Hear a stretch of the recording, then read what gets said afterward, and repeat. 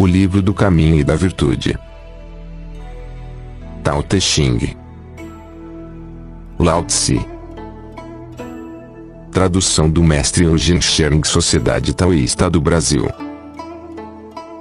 Introdução. O Tao Te Ching é um texto profundo e ao mesmo tempo simples porque apresenta por meio da linguagem aquilo que se experimenta na sua ausência. A profundidade é o próprio caminho do mistério, a experiência do sagrado que corresponde à vivência espiritual. A simplicidade, um dos três tesouros, um dos ensinamentos de Lao Tse, conduz à naturalidade que orienta o indivíduo no macrocosmo. Portanto, a leitura do Tao Te Ching implica um desafio: esvaziar-se e ser natural como a água que flui no vale. O desvendamento do texto deve fluir gradualmente, levando à contemplação de suas palavras. Se estas não parecem suficientemente claras, isso se deve ao fato de a sociedade contemporânea, na qual prolifera o pensamento, dificultar a ampliação da consciência. Nesse contexto, a contemplação já é por si um ato transgressor. Esta tradução do Tao Te Ching, diretamente do chinês para o português, resgata a tradição taoísta e oferece a decifração necessária de conceitos fundamentais, respeitando a estrutura original do texto em chinês clássico em detrimento de frases mais convencionais em língua portuguesa. Desse modo, o leitor pode estabelecer nichos, coordenar e reconstituir relações entre os conceitos, traduzindo-os em experiências e proporcionando à leitura a suave alegria da vivência de um ensinamento. Reverenciado como escritura sagrada pelos mistérios que revela, o ensinamento contido neste livro corresponde a uma tradição que integra a filosofia, ciência e religião à experiência. O termo taoísta é formado por dois ideogramas chineses, Tao, que significa caminho, exprimindo a ideia de origem de todas as coisas, e Jiao, que significa ensinamento. Portanto, taoísmo corresponde à tradição que vem do passado, que revela a origem. Por isso, o caminho da imortalidade, objetivo dos taoístas, é denominado via do retorno, indicando a volta ao princípio. Nesse caminho, a virtude se efetiva através da mediação de consciência e da compreensão dinâmica do universo para resgatar a ordem natural da vida. A escola taoísta tem como base o estudo de três obras, simbolizadas na imagem de uma árvore. A raiz é o I Ching, o livro das mutações; o tronco é o Tao Te Ching, livro do caminho e da virtude; e a flor é o Nao Ching, o livro da flor do sul. O Tao Te Ching é a estrutura central do taoísmo. Lao Tse revela um ensinamento que abrange o tempo infinito. Lao Tse corresponde à transmissão e conservação da tradição taoísta na imagem do mestre, manifestação do absoluto. Segundo o cânon taoísta, Lao Tse nasceu na província de Naui, na cidade de Guiyang, no 25º dia da segunda lua do ano Kentsen Dera Utin, no período entre 1324 e 1408 a.C. As circunstâncias do seu nascimento foram extraordinárias. De acordo com a tradição, sua gestação demorou 81 anos.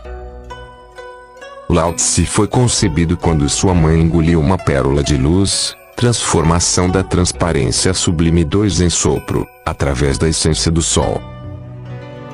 Seu pai era um famoso alquimista da dinastia Song que ascensionou com mais de 100 anos, envolvido pelos dragões celestiais.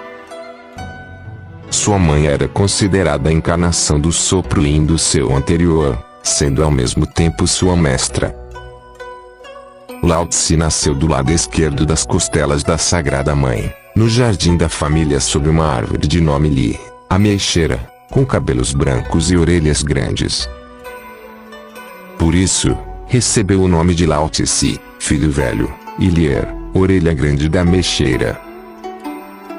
Lao Tse tem também sentido de senhor do fim e do princípio, já que velho representa o fim enquanto filho representa o início. Sua juventude foi vivida no condado de Ku, localizado entre Longsan, Monte Dragão, e Gonsui, Rio Gu.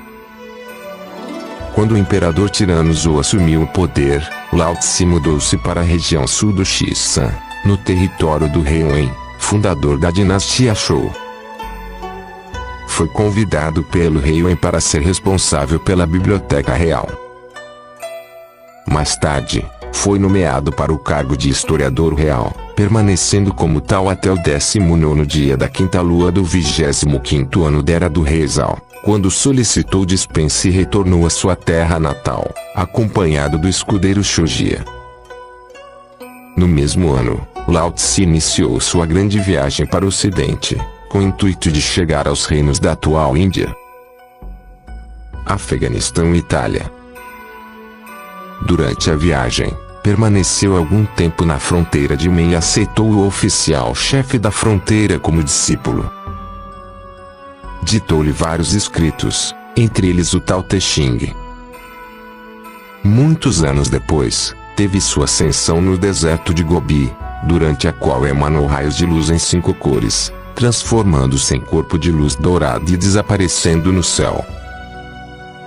Após sua ascensão, Lao Tse habitou Tai Weigon, palácio da sublime sutileza, do céu anterior e dividiu seu corpo para retornar novamente à Terra, encarnado como filho único do Senhor Lipuyang da província Shu. Na sua nova jornada veio acompanhado do dragão azul do imperador celestial Xinhua, transformado em carneiro azul. Depois de uma longa peregrinação, seu discípulo Yishi, o oficial da fronteira, foi atraído por um carneiro de pelo azul dourado. Yishi encontrou, na aldeia da família Li, a nova encarnação de Lao Tse. Diante de seu discípulo, a criança Lao Tse, de 3 anos de idade, revelou sua verdadeira imagem. Seu corpo cresceu, transformando-se em luz dourada branca. Cercado de inúmeros imortais celestiais, Lao Tse pronunciou mais um ensinamento, o Tratado Maravilhoso do Princípio Solar do Tesouro do Espírito, Ling Bao Yuan Yang Miao Xing. Após concluir seu ensinamento, os 200 membros da família Li ascensionaram seguidos por Lao Tse e Yishi. Isso aconteceu no dia 28 de abril de 1118 a.C.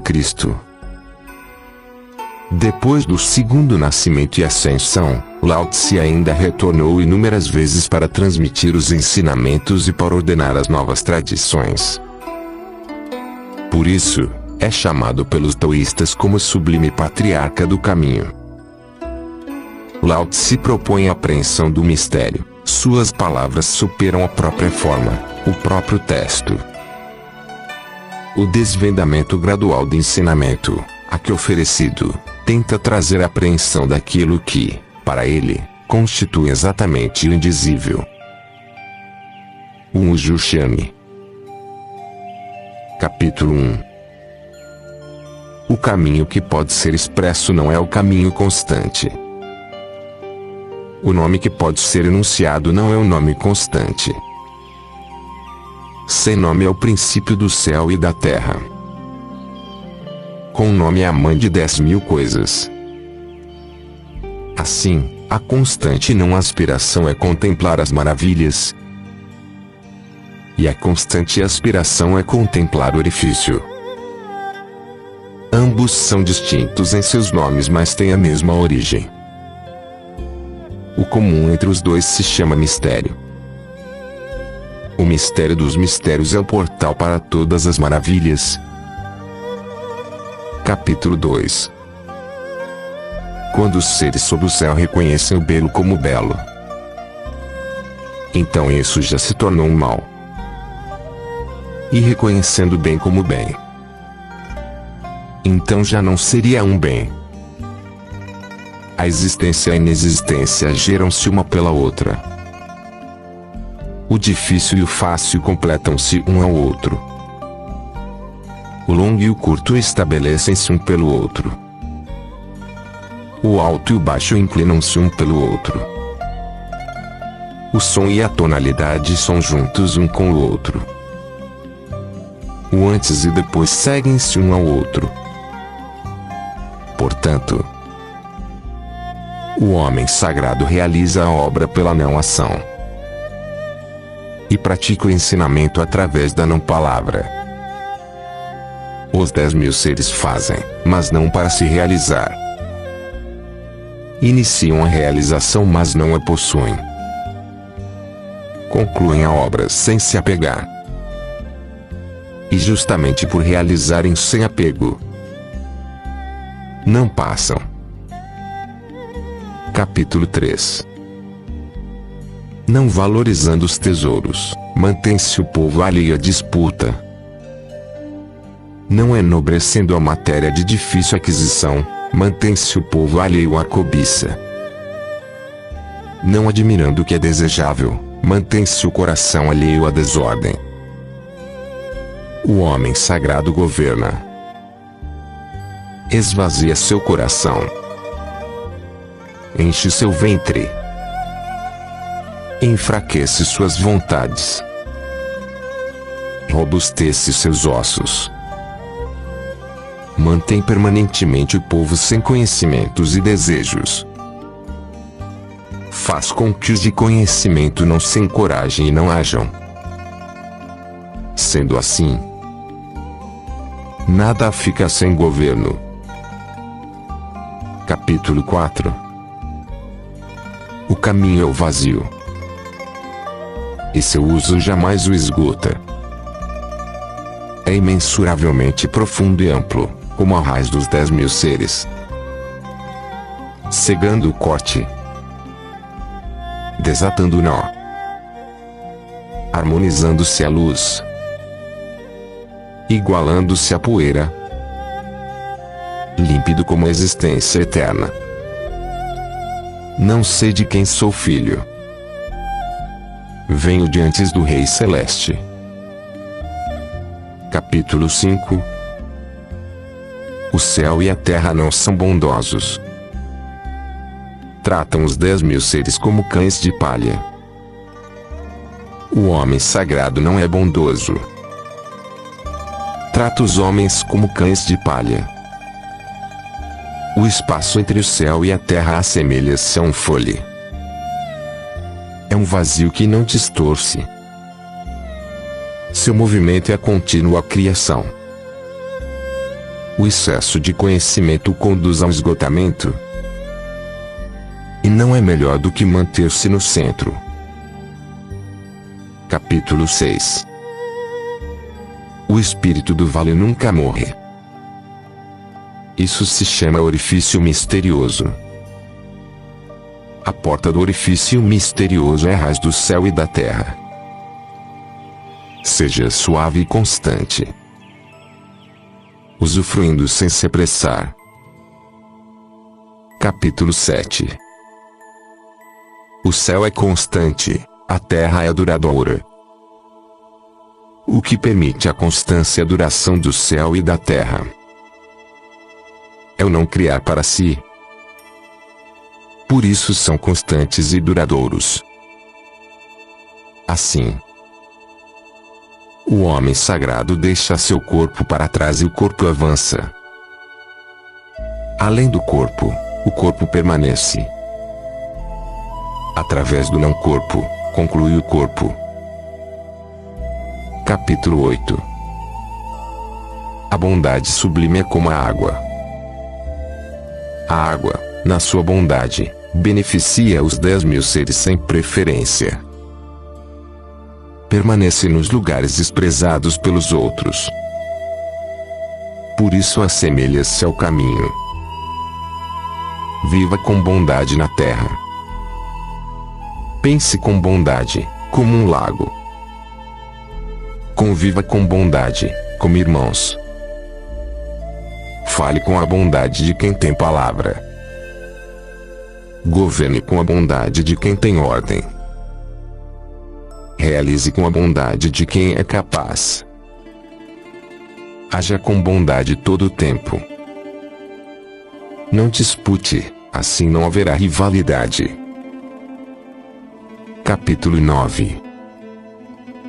O que é mantido cheio não permanece até o fim. O que é intencionalmente polido não é um tesouro eterno. Uma sala cheia de ouro e jade é difícil de ser guardada. Riqueza e nobreza somadas à arrogância trazem para si a própria culpa. Concluir o nome, terminar a obra, retirar o corpo. Este é o caminho do céu. Capítulo 10. Quem conduz a realização do corpo por abraçar a unidade pode tornar-se indivisível. Quem respira com pureza por alcançar a suavidade pode tornar-se criança. Quem purifica através do conhecimento do mistério pode tornar-se imaculado. Ame o povo e governe o reino através do não conhecimento. Ilumine e clareie os quatro cantos através da não ação. Abre e feche a porta do céu através da ação feminina. O que gera e cria gera mas sem se pulsar. Age sem querer para si. Cultiva mas sem dominar. Chama-se misteriosa virtude. Capítulo 11. 30 raios convergem ao vazio do centro da roda. Através dessa não existência existe a utilidade do veículo. A argila é trabalhada na forma de vasos. Através da não existência existe a utilidade do objeto. Portas e janelas são abertas na construção da casa. Através da não existência existe a utilidade da casa.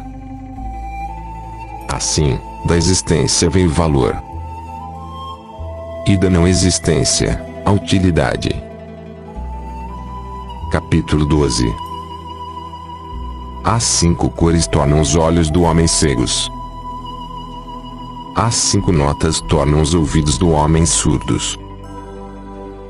Os 5 sabores tornam a boca do homem insensível. Carreiras de caça no campo tornam o coração do homem enlouquecido. Os bens de difícil obtenção tornam a caminhada do homem prejudicada. Por isso, o homem sagrado se realiza pelo ventre e não pelo olho. Assim, afasta este e escolhe aquele. Capítulo 13. O prestígio e a humilhação geram susto.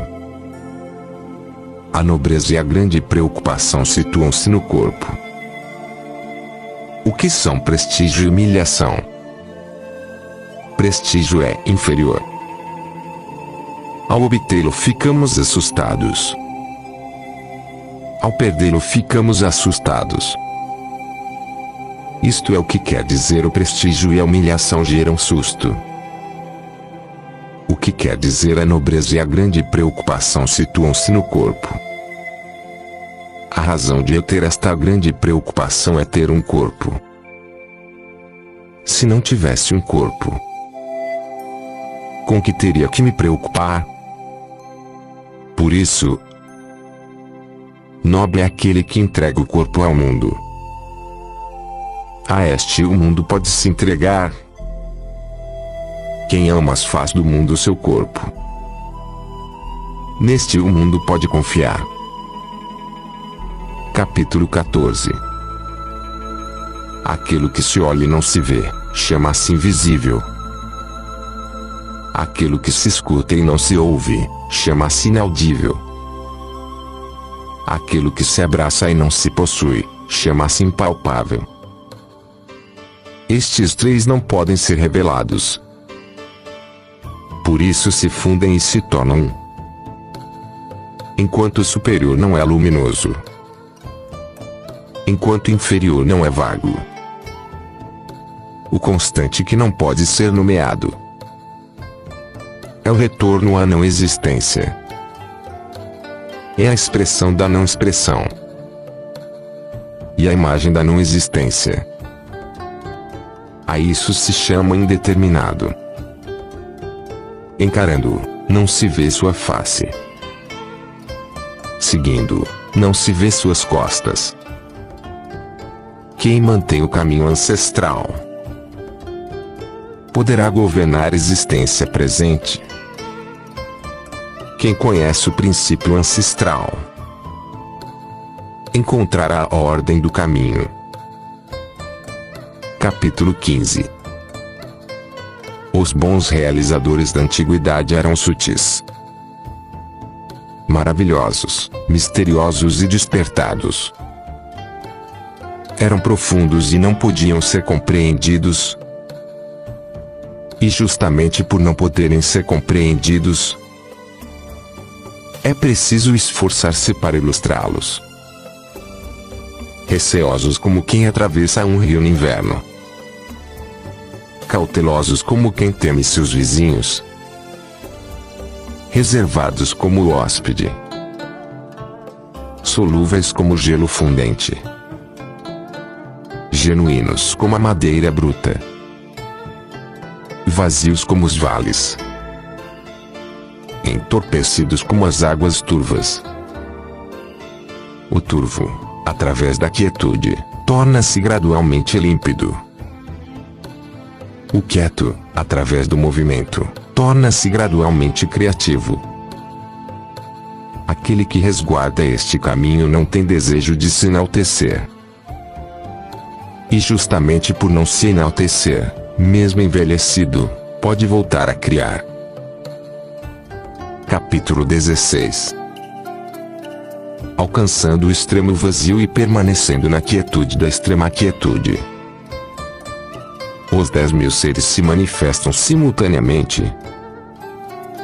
E, através disso, contemplamos o seu retorno.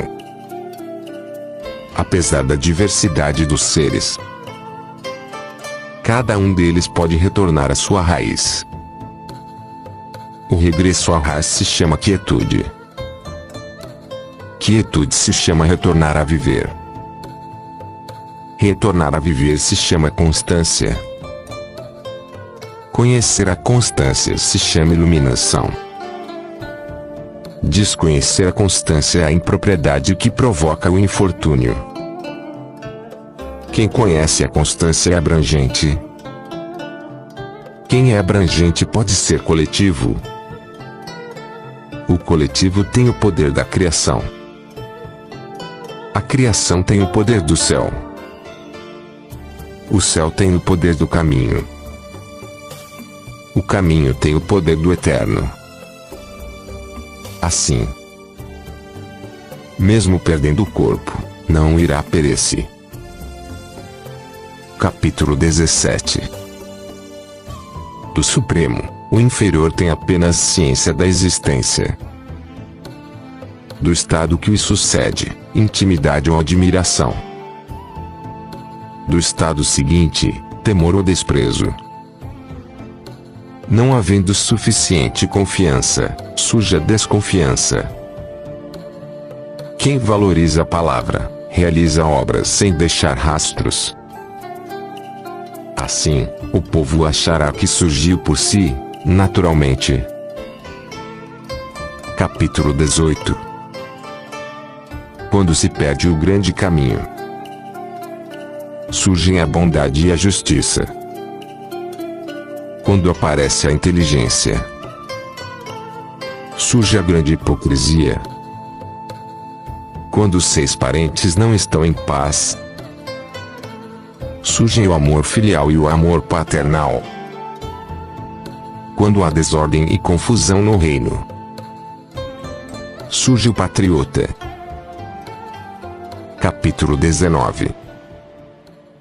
Anule o sagrado e abandone a inteligência, e o povo 100 vezes se beneficiará.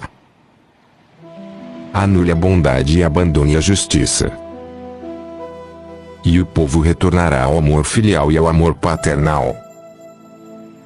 Anule a engenhosidade e abandone o interesse, e não haverá mais ladrões nem roubos. Se estas 3 frases ditas não são o suficiente, então faça existir aquilo em que se possa confiar, encontrando e abraçando a simplicidade, reduzindo o egoísmo e diminuindo os desejos. Capítulo 20. No ensinamento pela supressão não há preocupações. Entre aceitar e repudiar, qual a diferença? Entre apreciar e desprezar, qual a distância? O que os homens temem, poderiam não temer. Abandone isso antes que se esgote. Os homens se agitam como um festejo na grande prisão, ou como subir a varanda na primavera. Meu corpo não tem expressão, como uma criança antes de nascer, como a estrela que não tem onde se apoiar. As pessoas todas possuem excesso. Somente eu aparento estar perdendo. Sou como um ignorante que tem o coração puro. Os medíocres vivem lúcidos. Somente eu aparento estar confuso. Os medíocres vivem lúcidos. Somente eu estou introspectivo, indefinido como uma infinita noite silenciosa. As pessoas todas têm um ego. Somente eu ignoro, considerando precário. O que quero que me distinga dos demais é valorizar o alimentar-se da mãe. Capítulo 21. A abrangência da virtude do orifício é seguir apenas o caminho. O caminho, enquanto existência, é indistinguível e indescritível. Dentro do indistinguível e indescritível há uma existência. Dentro do indistinguível e indescritível há uma imagem. E dentro dessa profunda obscuridade há uma essência. Essa essência é absolutamente autêntica. E dentro dela há uma prova. Desde a antiguidade até hoje o seu nome nunca foi esquecido. E ele pode observar a beleza e a bondade de tudo. Como posso saber a causa da beleza e da bondade de tudo? E através da prova. Capítulo 22. Curvar-se permite a plenitude. Submeter-se permite a retidão. Esvaziar-se permite o preenchimento. Romper permite a renovação. Possuir pouco permite a aquisição. Possuir muito permite a ganância. Por isso, o homem sagrado abraça a unidade, tornando-a modelo sob o céu. Não julga por si, por isso é óbvio. Não vê por si, por isso é resplandecente. Não se vangloria, por isso há realização. Não se exalta, por isso cresce. Só por não disputar, nada pode disputar com ele. Antigamente se dizia, curvar-se permite a plenitude. Como poderiam ser palavras vazias? Assim, ao alcançar a plenitude encontra-se o retorno. Capítulo 23. Falar pouco é o natural. Um redemoinho não dura uma manhã. Uma rajada de chuva não dura um dia. De onde provém essas coisas? Do céu e da terra. Se nem o céu e a terra podem produzir coisas duráveis, quanto mais os seres humanos.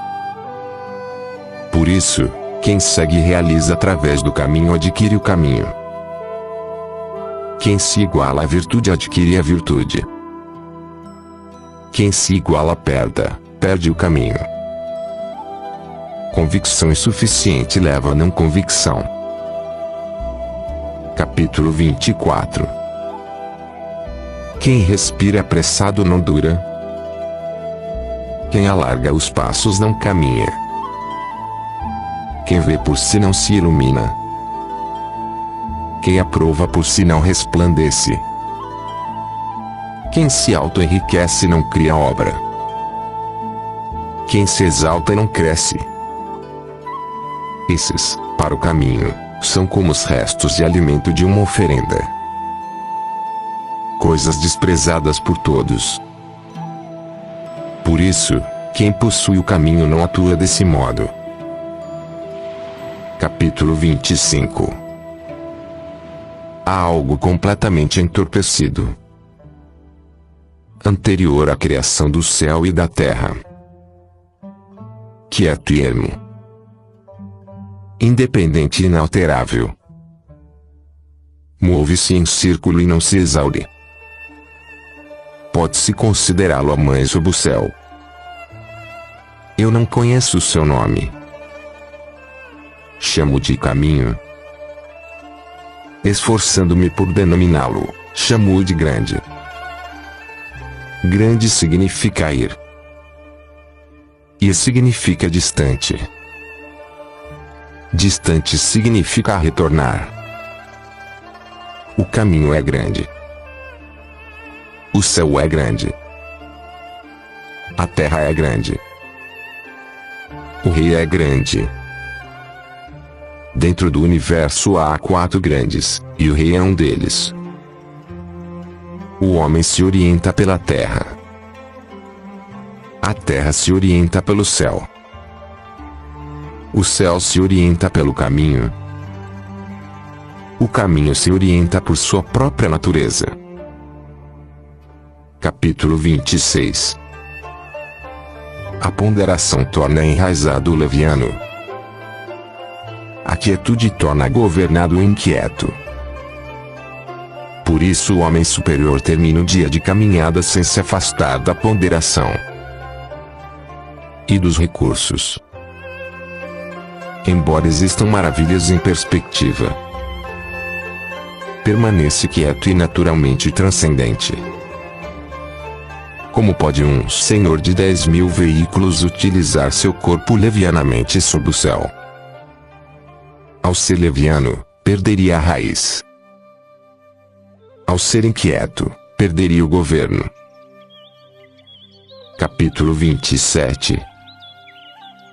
A boa caminhada não deixa rastros ou pegadas. A boa palavra não deixa imperfeição para críticas. O bom cálculo não utiliza medida nem números. A boa porta não necessita de ferrolho para ser fechada. E não pode ser aberta. O bom nó não necessita de corda para ser atado. E não pode ser desatado. Assim, o homem sagrado é constante e bondoso. Salva os homens e não abandona os homens. É constante e bondoso.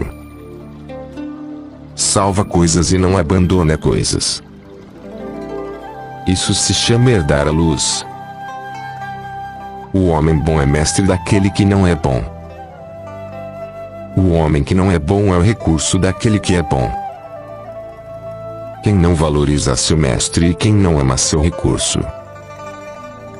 mesmo inteligente, permanece enormemente desorientado.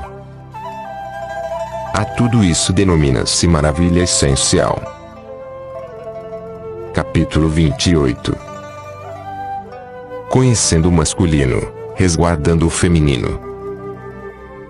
Sendo a ravina sob o céu. Sem se afastar da virtude eterna, retornará a ser criança.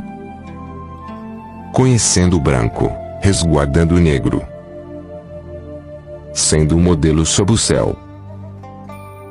Sem se enganar com a virtude eterna, retornará à extremidade inexistente.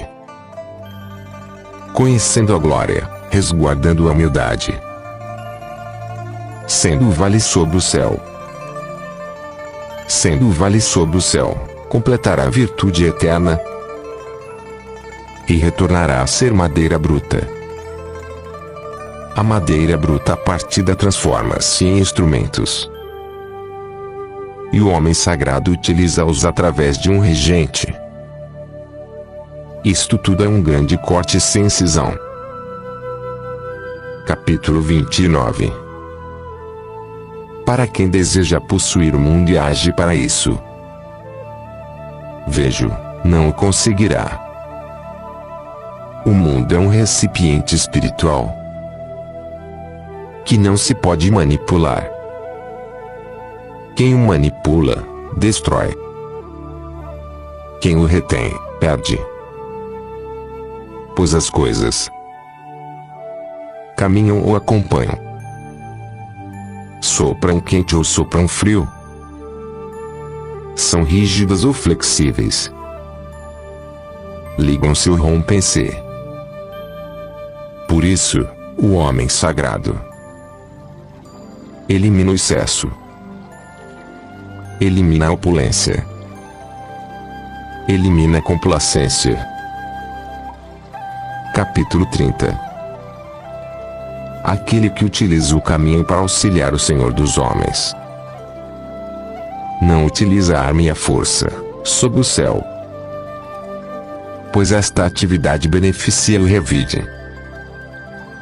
Onde o exército se instala, surgem espinhos e ervas secas. Por isso, o homem bom é determinado, porém cauteloso. Não utiliza a força para conquistar. É determinado sem se orgulhar. É determinado sem se envaidecer. É determinado sem se glorificar. É determinado sem se tornar excessivo. Isto é, determinado, porém sem se esforçar. Coisas exuberantes dirigem-se à velhice. Isso se chama negar o caminho. Negando o caminho irá falecer cedo. Capítulo 31. As boas armas são recipientes de desventura. Os seres as detestam. Por isso, os que guardam o caminho não as compartilham. O homem superior, na residência, honra o esquerdo. Na utilização da arma honra o direito. A arma é o recipiente da desventura. Não é o recipiente do homem superior. Seu uso é apenas para o inevitável. O superior é como uma chama serena. Por isso, não se maravilha. Ao maravilhar-se certamente teria prazer. Tal prazer mata o homem. Aquele que tem prazer em matar não pode triunfar sob o céu. Por isso, assuntos venturosos valorizam o esquerdo. Assuntos funestos valorizam o direito. Sendo assim, o general auxiliar encontra-se à esquerda. O general superior encontra-se à direita. Suas palavras são tratadas como rito fúnebre. Matam muitas pessoas. Por estas, chora-se de tristeza. A guerra vencida é tratada como rito fúnebre. Capítulo 32. O caminho é eterno e não tem nome. É genuíno e, embora pequeno, o mundo não tem coragem de dominá-lo. Se reis e príncipes pudessem preservá-lo, os 10.000 seres iriam por si próprios obedecer. Quando o céu e a terra unem-se para escorrer o doce orvalho, o povo não pode interferir nisso, que por si é uniforme. O princípio domina a existência e o nome. Então o nome passa a existir. Irá também saber cessar. sabendo cessar não perecerá. A relação do mundo com o caminho é como a dos riachos e vales, com os rios e mares. Capítulo 33. Quem conhece os homens é inteligente. Quem conhece a si mesmo é iluminado. Vencer os homens é ter força. Quem vence a si mesmo é forte. Quem sabe contentar-se é rico. Agir fortemente é ter vontade. Quem não perde a sua residência, perdura. Quem morre mas não perece, eterniza-se. Capítulo 34. O grande caminho é vasto. Pode ser encontrado na esquerda e na direita. Os 10.000 seres dele dependem para viver. E ele não os rechaça. Conclui a obra sem mostrar a sua existência. É o manto que cobre os 10.000 seres, sem agir como Senhor, podendo ser chamado de pequeno. Os 10.000 seres voltam para ele, sem que haja como Senhor, podendo ser chamado de grande. Assim o homem sagrado nunca age como grande. Por isso pode atingir sua grandeza. Capítulo 35. Conservando a grande imagem. O mundo passa.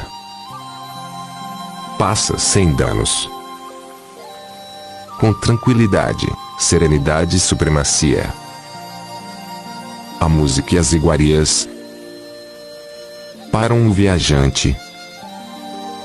As palavras que nascem do caminho são insossas, carecem de sabor. Olhar não é suficiente para vê-lo. Escutar não é suficiente para ouvi-lo. Usar não é suficiente para esgotá-lo. Capítulo 36. Para querer iniciar o recolhimento, é necessário consolidar a expansão.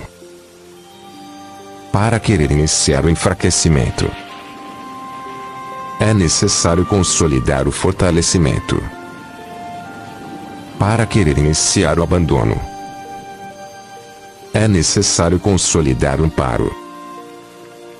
Para querer iniciar a subtração, é necessário consolidar o aumento. Isto se chama breve iluminação. O suave e o fraco vencem o rígido e o forte. Os peixes não podem separar-se do lago. O reino que tem o instrumento afiado não pode colocá-lo à vista do homem. Capítulo 37. O caminho é uma constante não ação, que nada deixa por realizar. Se reis e príncipes pudessem resguardá-lo, os 10.000 seres iriam se transformariam por si. Porém, se na transformação despertassem desejos, eu iria estabilizá-los através da simplicidade do sem nome. A simplicidade do sem nome também se inicia no não desejo. O não desejo traz quietude. O céu e a terra, por ser, estarão em retidão. Capítulo 38. A virtude superior não é virtude. Assim, possui a virtude. A virtude inferior não perde a virtude. Assim, não possui a virtude. A virtude superior é não ação, pois não utiliza ação. A virtude inferior é ação, que faz uso da ação. A bondade superior é ação, porém não utiliza a ação. A justiça superior é ação, que faz uso da ação. A suprema polidez é ação que, se não obtém correspondência, repele usando o braço como reação. Por isso, a perda do caminho segue-se então a virtude. A perda da virtude segue-se então a bondade. A perda da bondade segue-se então a justiça. A perda da justiça segue-se então a polidez. Assim a polidez é o empobrecimento da fidelidade e da confiança. É o princípio da confusão. Aquele de conhecimentos avançados. Como a flor do caminho. É o princípio da estupidez. Por isso, o grande homem coloca-se no consistente e não coloca-se no rarefeito. Habita no fruto e não habita na flor. Por isso, afasta esta e persiste naquele. Capítulo 39. Esses adquiriram um na antiguidade. O céu adquiriu um e tornou-se transparente. A terra adquiriu um e tornou-se tranquila. O espírito adquiriu um e tornou-se desperto. Os vales adquiriram um e tornaram-se opulentos. Os 10.000 seres adquiriram um e tornaram-se vivos. Os príncipes e reis adquiriram um e tornaram-se o eixo do mundo. Esses alcançaram a supremacia. O céu não se tornando transparente temerá rachar-se.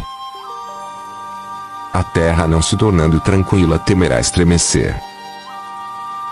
O espírito não se tornando desperto temerá exaurir-se. Os vales não se tornando opulentos temerão secar. Os 10.000 seres não se tornando vivos temerão extinguir-se. Os príncipes e os reis não se tornando nobres temerão a derrota.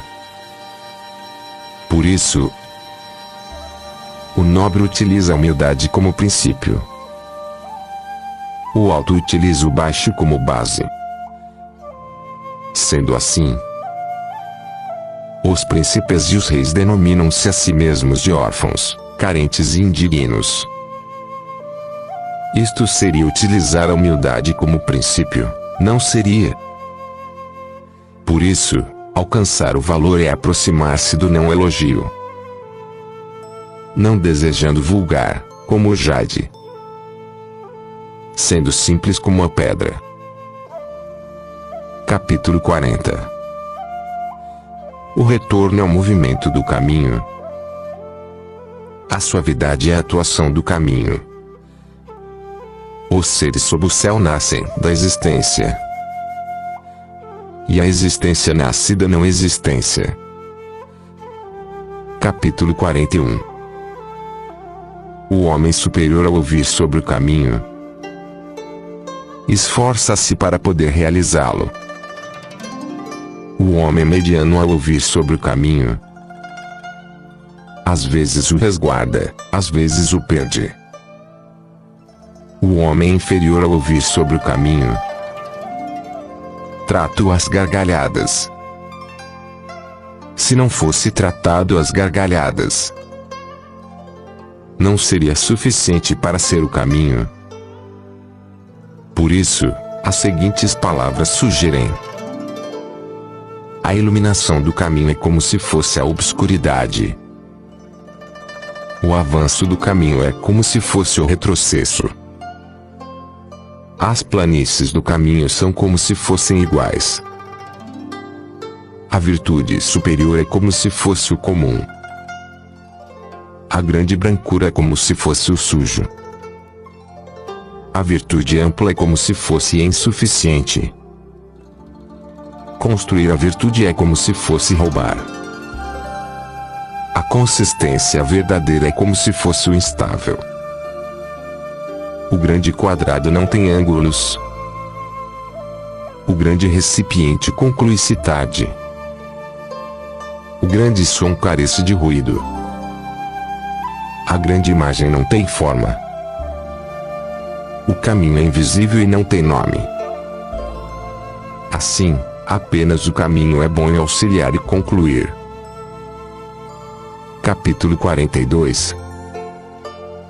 O caminho gera o 1 gera o 2. O 2 gera o 3. O 3 gera os 10.000 seres. Os 10.000 seres se cobrem com o obscuro e abraçam o claro. E se harmonizam através do esplêndido sopro. O que os homens detestam são os órfãos, os carentes e os indignos. Mas é assim que os reis e príncipes se denominam. Por isso as coisas, ao serem diminuídas, irão aumentar. Aumentadas, irão diminuir. O que os homens ensinaram eu também ensino com o mesmo sentido. Os rígidos troncos não mereceram a sua morte. Eu irei utilizar isto como o pai do ensinamento. Capítulo 43. Sob o céu. O mais suave cavalga sobre o mais duro sob o céu. A não existência pode penetrar-nos em espaço. Por isso conheço o benefício da não ação. O ensinamento da não palavra. O benefício da não ação. Sob o céu, são poucos que os alcançam. Capítulo 44. A fama ou o corpo, o que mais se ama? O corpo ou a riqueza, o que vale mais? Ganhar ou perder, o que mais adoece? Por isso o excesso de desejo causará um grande desgaste. E o excesso de acúmulos causará uma morte rica. Quem sabe se contentar não se humilha. Quem sabe se conter não irá se exaurir.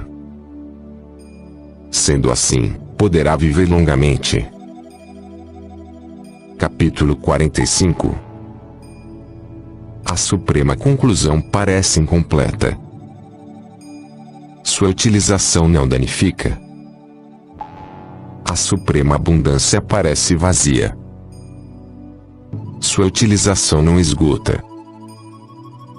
A suprema retidão parece tortuosa. A suprema habilidade parece canhestra. A suprema eloquência parece tartamudear. O movimento vence o frio. A quietude vence o calor.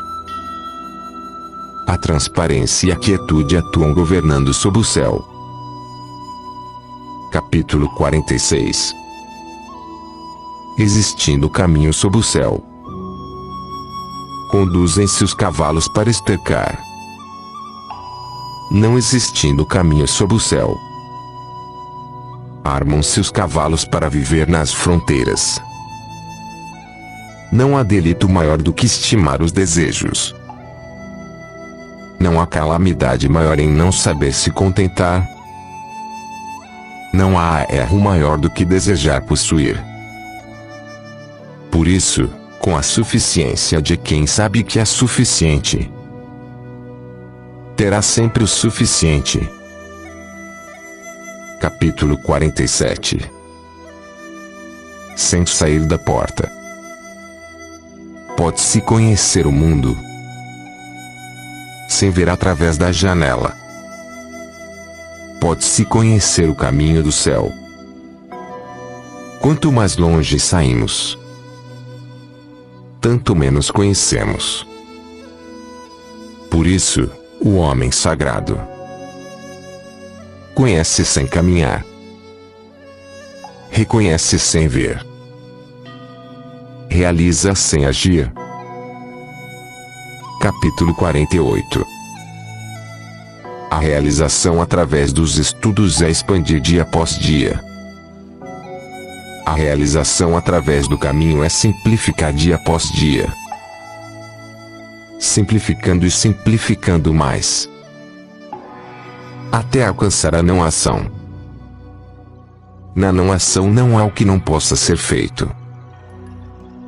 Apoderar-se do mundo é permanecer através da não atividade. Ao surgir a atividade, já não é mais suficiente para apoderar-se do mundo.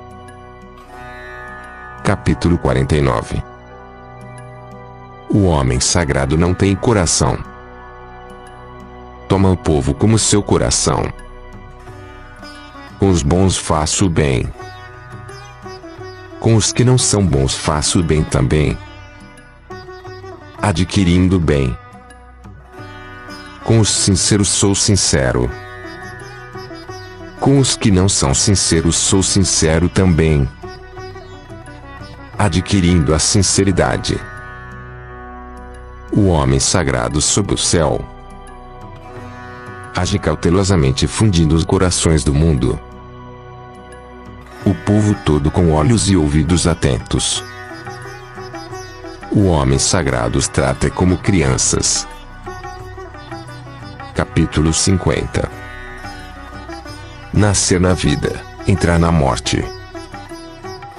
Dos que pertencem ao nascimento, entre 10 a 3. Dos que pertencem à morte, entre 10 a 3. Dos homens vivos, os que se movem para a terra da morte, entre 10 a 3. E qual é a causa? Suas vidas são vividas em excesso.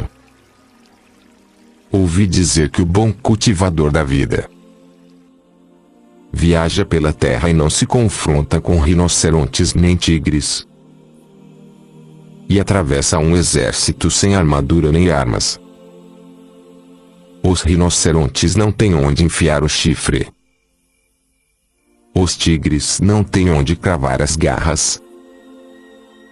E as armas não têm onde alojar as lâminas. E qual a causa? Nele não existe lugar para a morte. Capítulo 51. O caminho gera. A virtude cria. A matéria forma. A conclusão completa. Por isso os 10.000 seres veneram o caminho e estimam a virtude. O caminho é venerável, a virtude é estimável. Pois eles não segregam e são constantemente naturais. Assim, o caminho gera, a virtude cria. Fazem crescer, fazem nutrir. Fazem completar, fazem concluir. Fazem o sustento e fazem a cobertura. Geram, porém não se apossam. Agem, porém não retêm. Cultivam, porém não controlam. Isto chama-se misteriosa virtude. Capítulo 52. Sob o céu há um princípio que age como mãe do mundo. Já que existe a mãe, pode-se conhecer o filho.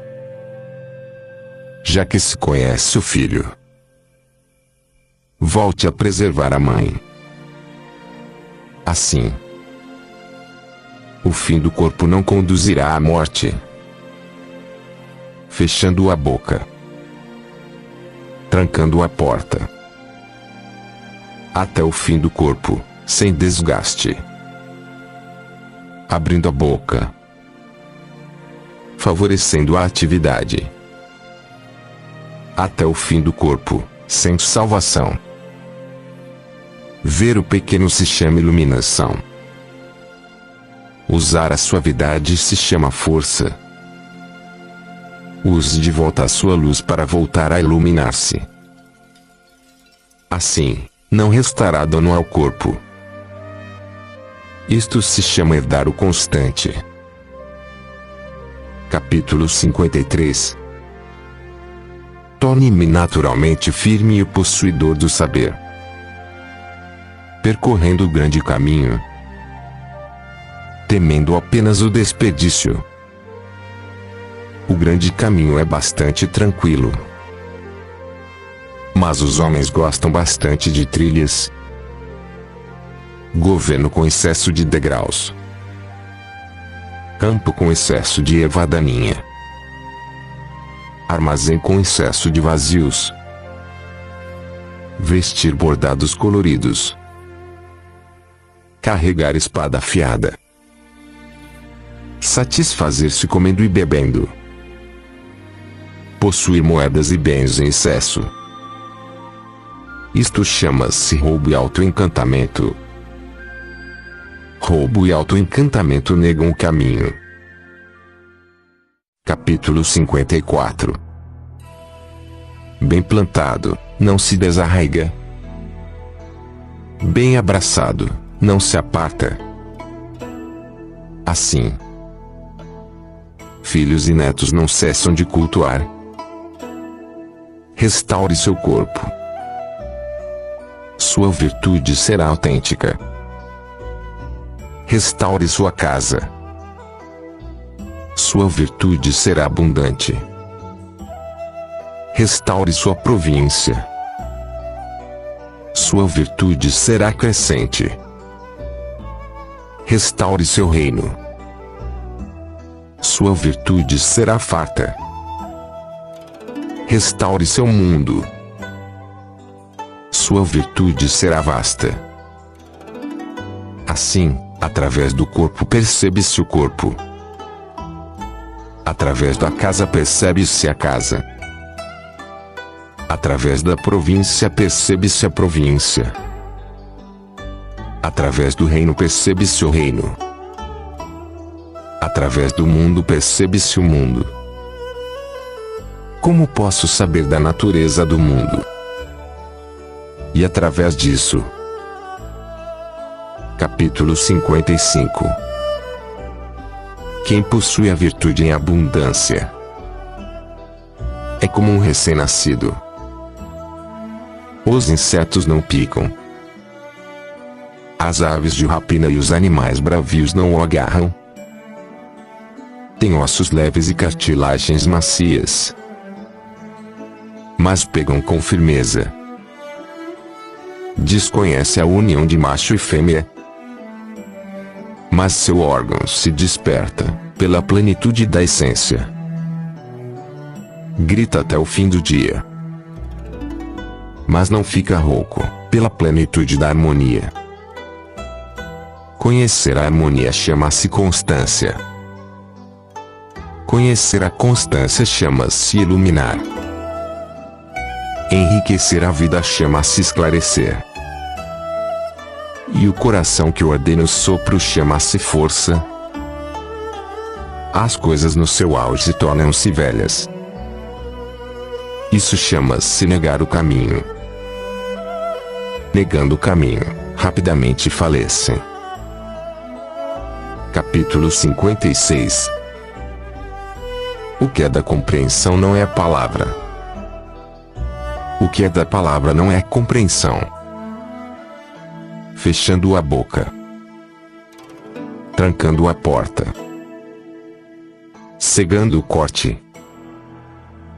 Desatando o nó. Harmonizando-se a luz. Igualando-se a poeira. Isto chama-se o mistério comum, com o qual não se pode encontrar aproximação.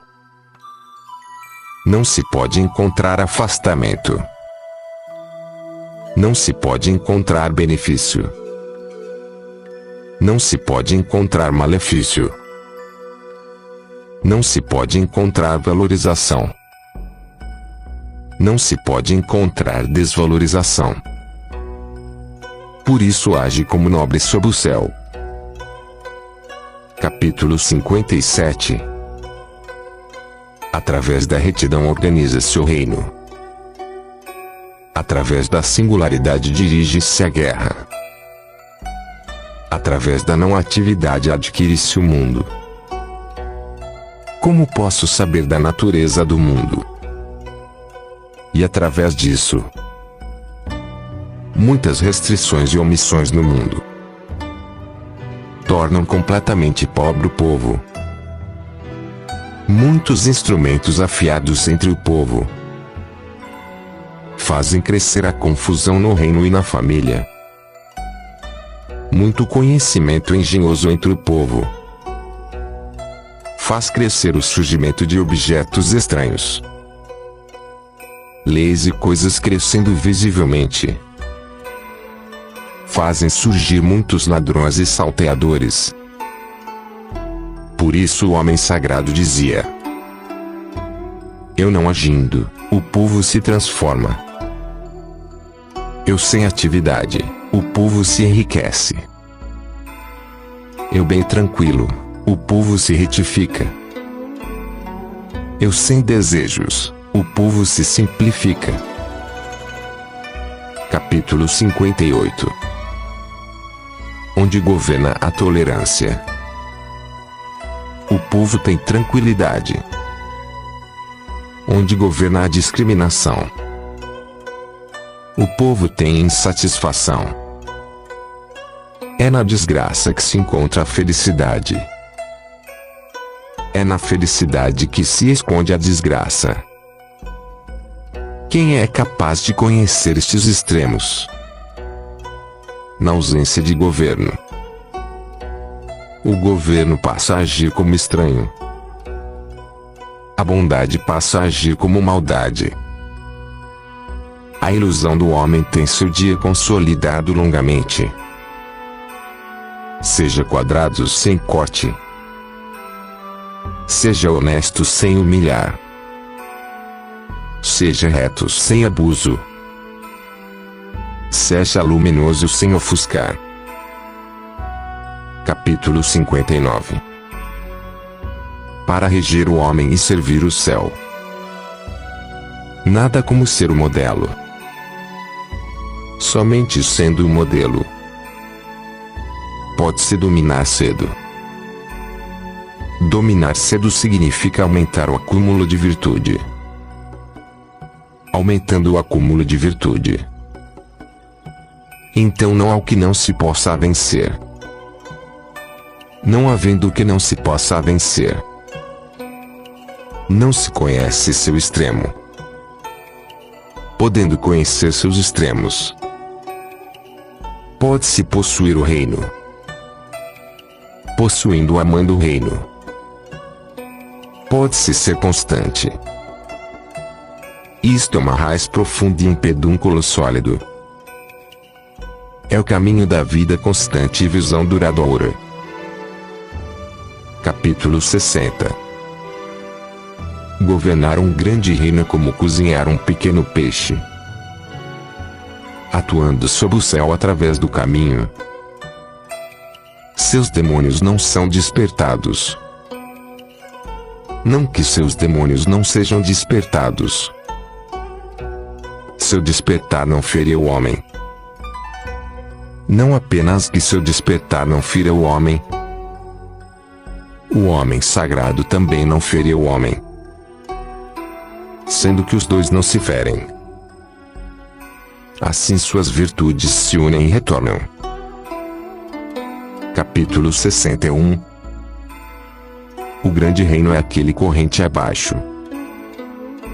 É um campo sob o céu. Num campo sob o céu, a fêmea sempre vence o macho através da quietude. Por isso, o grande reino estando abaixo do pequeno reino, conquista o pequeno reino. O pequeno reino estando abaixo do grande reino, absorve o grande reino. Assim, ou por estar abaixo para conquistar, ou por estar abaixo para absorver, o grande reino apenas deseja unir e cultivar os homens. O pequeno reino apenas deseja integrar e servir aos homens. Cada um destes dois encontra um local para seu desejo. Portanto, o grande deve estar abaixo. Capítulo 62. O caminho é o segredo dos 10.000 seres. Tesouro do homem benevolente. É o que o homem não benevolente não guarda. Palavras bonitas podem ser negociadas. Atitudes reverentes podem aumentar um homem, mesmo com a não benevolência do homem. Como se poderia abandoná-lo? Por isso, ergue-se o Filho do céu. Ordenam-se os 3 duques. Mesmo possuindo jade de oferenda, antes de 4 cavalos. Nada se compara a sentar e entrar no caminho. Por que motivo antigamente se valorizava o caminho? Não diziam que quem busca pode adquirir. Quem possui culpa pode ser absolvido. Por isso é valioso sob o céu. Capítulo 63. Ação através da não ação. Atividade através da não atividade. Sabor através do não sabor. Grande como pequeno, muito como pouco. Retribuir injustiça através da virtude. Planejar o difícil a partir do fácil. Realizar o grande a partir do pequeno. Sob o céu. A difícil atividade se realiza certamente a partir da fácil. A grande atividade se realiza certamente a partir da pequena. Promessas levianas certamente carecem de confiança. Excesso de facilidades certamente traz excesso de dificuldades. Sendo assim, o homem sagrado assemelha-se ao difícil. E, por isso, até o fim, não tem dificuldades. Capítulo 64. O que tem paz é fácil de manter. O que é anterior ao despertar é fácil de planejar. O que é frágil é fácil de quebrar. O que é pequeno é fácil de dissolver. Realize-se a partir da existência. Organiza-se a partir de antes da desordem. Uma árvore de grande abraço gera-se de uma fina muda. Uma torre de 9 andares levanta-se de um acúmulo de terra. Uma viagem de 1000 léguas inicia-se debaixo dos pés. Quem age fracassa. Quem se apega perde. Assim, o homem sagrado não age, por isso, não fracassa. Não se apega, por isso não perde.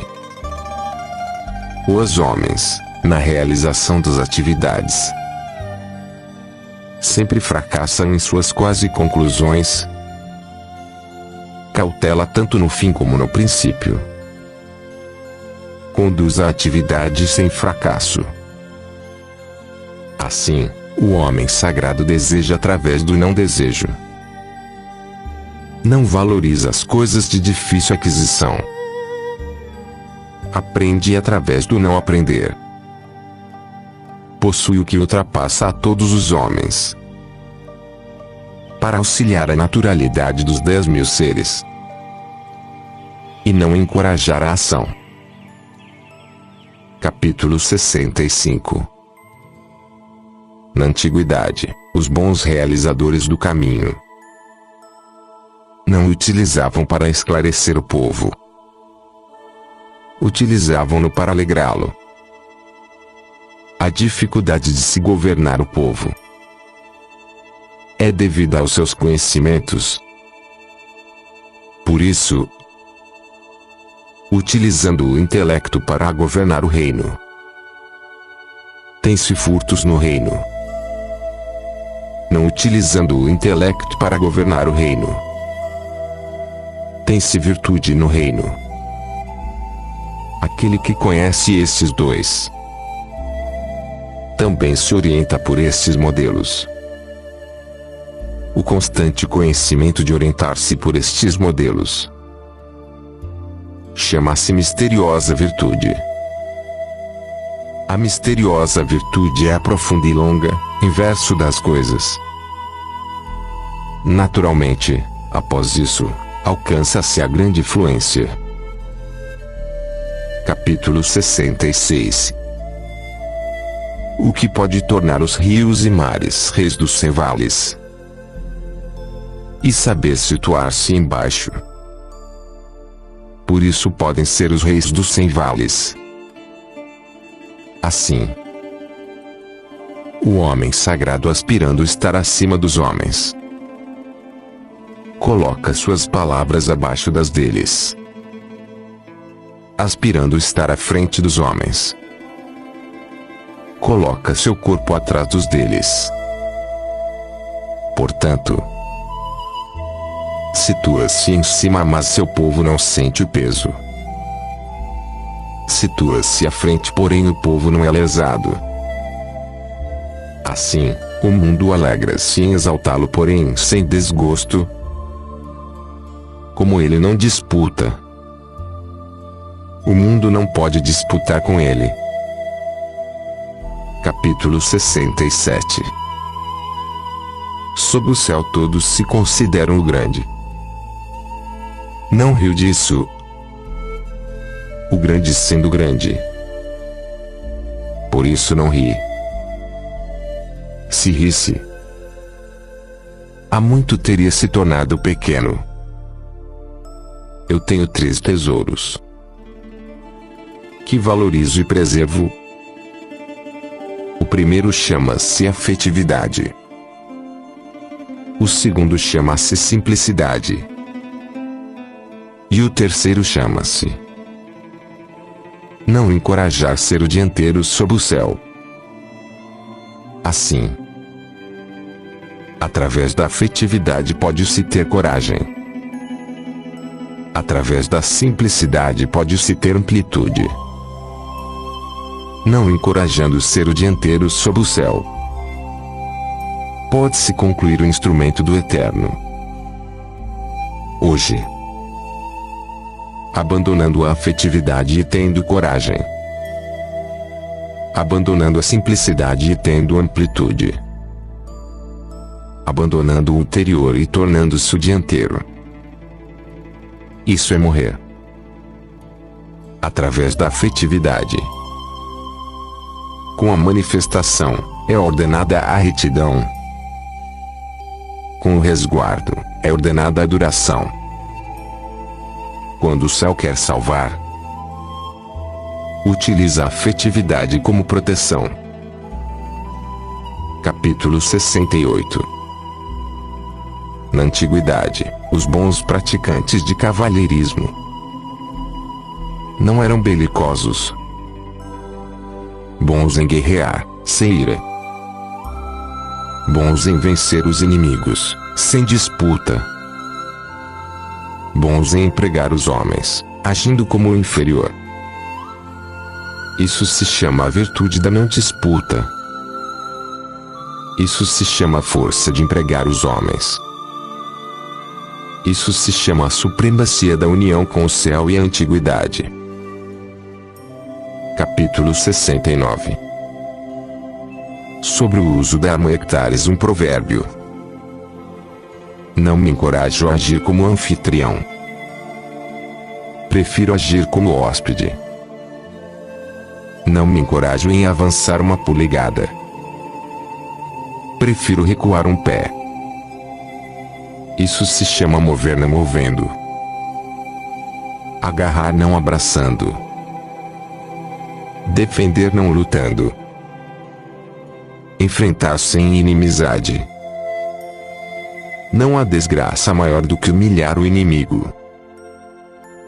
Humilhando o inimigo, então, arriscamos perder nosso tesouro.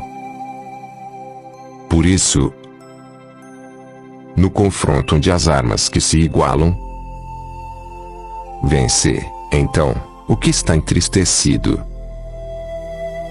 Capítulo 70.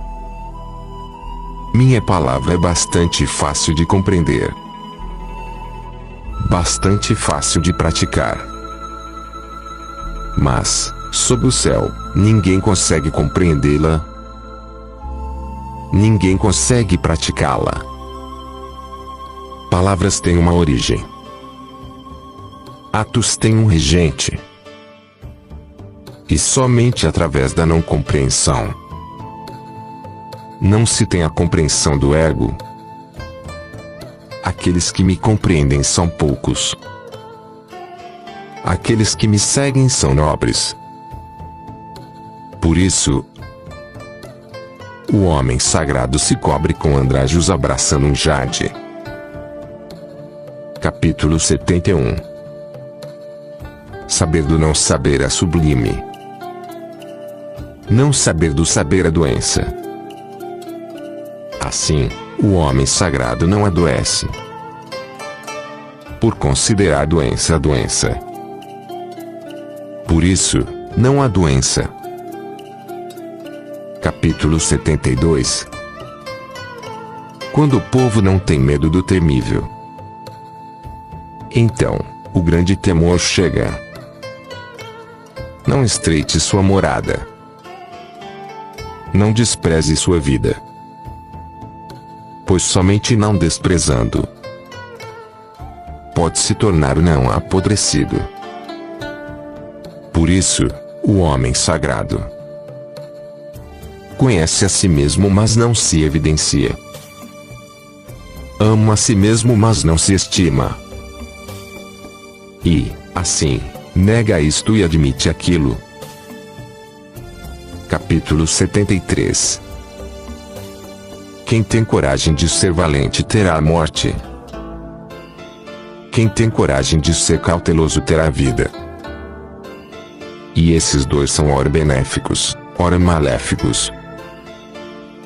Quando o céu repudia, quem compreenderá a causa?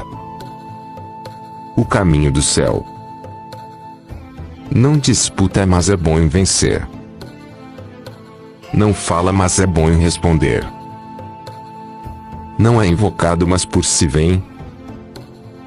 Não fala, mas é bom em planejar. A teia do céu é grandiosamente grande. Liga-se a tudo e de nada se perde. Capítulo 74. O povo constante não teme a morte. Como se pode intimidá-lo usando a morte? Se considero estranho esse constante que não teme a morte, devo, sinceramente, matar. Mesmo reconhecendo sua coragem, o constante possui o encargo de matar e mata. O homem que tomar o lugar no encargo de matar será como substituir grande lenhador ao serrar. O homem que substituir o grande lenhador ao serrar raramente não machucará a mão. Capítulo 75. A fome do homem é devida a seu superior alimentar-se de impostos em demasia. Por isso existe a fome. A difícil governabilidade de 100 famílias é devida a seu superior agir intencionalmente. Por isso existe o desgoverno. A fácil morte do povo é devida a viver-se uma vida de excessos. Por isso existe a morte fácil. Assim, apenas aqueles que não utilizam a vida para agir são bons em valorizar a vida. Capítulo 76. O homem ao nascer é tenro e brando. Ao morrer é rígido e duro. A erva, a madeira e os 10.000 seres ao brotarem são como a suave penugem do ventre do pássaro. Ao morrer são secos e murchos. Por isso, os rígidos e duros são companheiros da morte. Os tenros e brandos são companheiros da vida.